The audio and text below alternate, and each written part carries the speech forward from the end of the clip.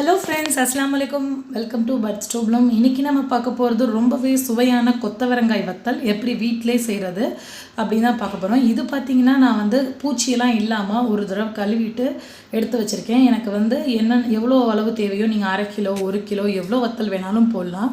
நான் இன்றைக்கி ஒரு அரை கிலோ அளவு வத்தல் போட போகிறேன். இதுக்கு முதல்ல என்ன பண்ணால் நல்லா ஒரு ப்ரெஷர் குக்கர் எடுத்து கொத்தவரங்காயை நல்லா ஒரு 2-3 தடவை கழுவிக்கோங்க. கழுவிட்டு இந்த கொத்தவரங்காயை அதில் சேருங்க. கொத்தவரங்காயில் என்னென்ன ஹெல்த் டிப்ஸ்லாம் இருக்குது. இதனால் ஒரு 5 kg வரைக்கும் ஒரே மாதத்தில் வெயிட் குறைக்க முடியும். அதெல்லாம் எப்படிங்கிறது நான் வீடியோவோட லாஸ்ட்டில் சொல்கிறேன். ஸோ மிஸ் பண்ணாமல் வீடியோவை ஃபுல்லாக பாருங்கள். இப்போ நம்ம கொத்தவரங்காயில் அதுக்கு தேவையான அளவு உப்பு, அப்புறம் தேவையான அளவு தண்ணி. நான் இன்றைக்கி ஒரு 2 டம்ளர் தண்ணி, அதாவது ஒரு 350 ml தண்ணி ஊற்றுறேன். தண்ணி ஊற்றிட்டு அரை கிலோ கொத்தவரங்காவுக்கு எவ்வளோ உப்பு போடணுமோ அந்தளவு உப்பு போடுறேன். உங்களுக்கு இது வருஷக்கணக்காக ஸ்டோர் பண்ணுறதுனால கம்மியாக உப்பு போட்டால் கெட்டு போயிருமோங்கிற டவுட்லாம் வேணாம். நீங்கள் நார்மலாக போடுற உப்போட கொஞ்சம் கூடுதலாக போட்டுக்கோங்க. ஏன்னா நம்ம வத்தல்ங்கிறாவே அது அந்த மாதிரி இருந்தால் தான் நல்லாயிருக்கும், இல்லைன்னா ரொம்ப சப்புன்னு இருக்கும். இதை ஒரு 3 அல்லது 4 விசிலுக்கு நம்ம வேக விடுவோம். வேக விட்டுட்டு கரெக்டாக ஓப்பன் பண்ணிங்கன்னா ஒரு இதை அழுத்தி பார்த்திங்கன்னா தெரியும். அப்படியே என்ன சொல்கிறது, ஒரு ஜூஸியாக அப்படியே நல்லா சாஃப்டாக வெந்திருக்கும். இதை நான் இந்த மாதிரி ஒரு வடிகட்டியில் போட்டு ஒரு 10 minutes நல்லா வடிகட்டிடுங்க.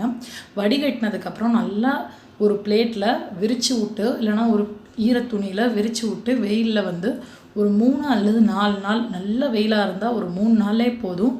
கொஞ்சம் மிதமான வெயிலாக இருக்கப்போ ஒரு 5 நாள் கூட நல்லா காய வைங்க. காய வச்சா இது எப்படி வருங்கிறதும் நான் இன்றைக்கி காமிக்கிறேன். இதை காய வச்சதுக்கப்புறம் நல்லா குச்சியாக உடைக்க வர்ற மாதிரி வந்துடும். அதை நம்ம ஒரு ஏர்டைட் பாக்ஸில் போட்டு ஸ்டோர் பண்ணி வெளியிலே வைக்கலாம். இது ஃப்ரிட்ஜுக்குள்ளே தான் வைக்கணும்னு அவசியம் இல்லை. இப்போ இது நல்லா காஞ்சதுக்கப்புறம் எப்படி இருக்குங்கிறத நான் காட்டுறேன். இது பாருங்கள், காஞ்சதுக்கப்புறம் இந்த மாதிரி தான் இருக்கும். பிளாக் கலரில் குச்சியாக இருக்கும். இதை என்ன பண்ண போகிறோன்னா நம்ம வறுத்து நான் உங்களுக்கு காமிக்கிறேன். இது வறுத்தா எப்படி இருக்குன்னு. இது பார்த்திங்கன்னா சாம்பார் சாதம், தயிர் சாதம், ரசம் சாதம், எல்லா வகையான கட்டு சாதங்களுக்கும் இது ரொம்ப நல்லாயிருக்கும். நீங்கள் தக்காளி சாதத்துக்கு கூட சைடிஷ் இல்லைன்னா இந்த மாதிரி செஞ்சு சாப்பிடலாம். அந்த மாதிரி ரொம்ப டேஸ்ட்டாக இருக்கும். எண்ணெய் மிதமாக தான் காஞ்சிருக்கணும். ரொம்ப ஹை ஃப்ளேமில் இருந்தால் பிளாக் ஆயிரும். ஜஸ்ட்டு போட்டு அது ப்ரௌன் கலரில் வந்தோடனே எடுத்துடணும். இல்லைனா உங்களுக்கு ஒரு மாதிரி கரிக்கிற மாதிரி இருக்கும், டேஸ்ட்டு நல்லா இருக்காது. எண்ணெயில் நல்லா காய வச்சுக்கிட்டு அடுப்பை சிம்மில் வைங்க. போட்டவுடனே அப்படியே ஒரு மாதிரி ப்ரௌன் கலர் லைட் ப்ரௌனாக வரும். அது மாதிரி நம்ம வறுத்து எடுத்துட வேண்டியதான். இந்த கொத்தவரங்காய் இப்போ வத்தல் தயாராகிடுச்சு. இது ஒரு 3 நாள் வெயிட் பண்ணிங்கன்னா நல்லா காஞ்சிரும். இதை ஒரு ஏர்டைட் டப்பாவில் போட்டு வச்சுக்கிட்டிங்கன்னா 2-3 நாளைக்கு கூட நல்லாயிருக்கும். நீங்கள் சாப்பிட்றப்ப எடுத்துக்கலாம். இந்த கொத்தவரங்காயை எப்படி நீங்கள் வெயிட் லாஸ் பண்ண யூஸ் பண்ணலான்னா, கொத்தவரங்காயை நல்லா வேக வைங்க.